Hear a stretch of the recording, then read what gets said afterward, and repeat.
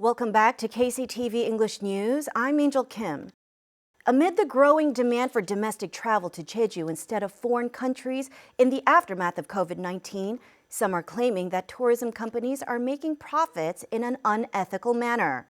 The Jeju Tourism Association's Domestic Travel Steering Committee said in a statement that some golf courses in the province increased their average prices 20 to 30%, while rental car companies were overcharging on extraneous fees and penalties.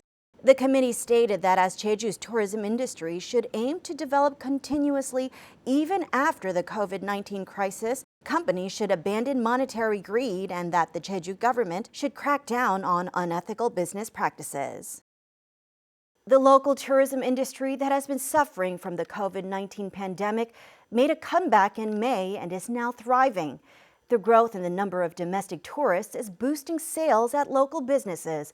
However, there is a sharp difference in profits between business types, and the spending patterns of tourists are different than what they used to be. The Jeju Tourism Organization has analyzed the recent spending pattern of tourists. Mike Laidman reports. The waiting area at this local rental car business is crowded with tourists. A steady stream of rental cars coming and going. The number of people renting cars had plunged to only 50% of the annual average at the height of COVID-19, but now the rental car business is back in action and enjoying a boom. In June, the consumption growth rate for Jeju rental car companies was 12% behind the same month last year, still in the red, but a noticeable increase from February. The growth rate for coffee shops and restaurants bottomed out in April at minus 40% compared with April of 2019, before rebounding somewhat to minus 13% in June. Notably, the growth rate at luxury hotels was stable at 0%, meaning that the consumption rate was the same level as in a normal year. The local tourism industry started to rebound during the long weekend holidays in May after hitting its lowest numbers in April. Since, both tourist and sales numbers have mostly recovered. However, some businesses are still suffering from the impact of COVID-19.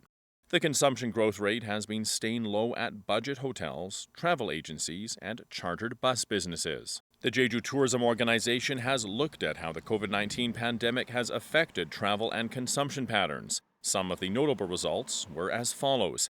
Spending patterns by age show that domestic tourists in their 20s increased the most, at a rate of 9%, between June of this year and last.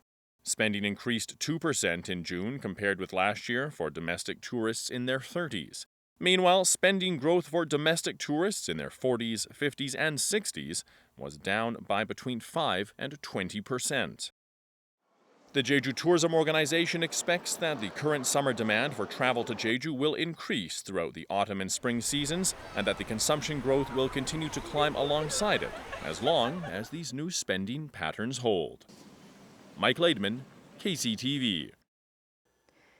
The 2 mandarin trees planted at the Seogwipo Citrus Museum have been designated as local artifacts.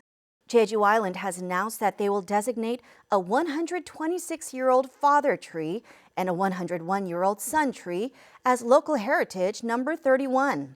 The Shinyo-dong mandarin tree was regarded as having high educational and academic value because of its historical significance, confirming the origins of the Jeju mandarin through past documents and testimonies. Thank you for joining us today at KCTV English News. Please follow us on YouTube at KCTV E! News Jeju and on KCTV's VOD service. Have a great evening.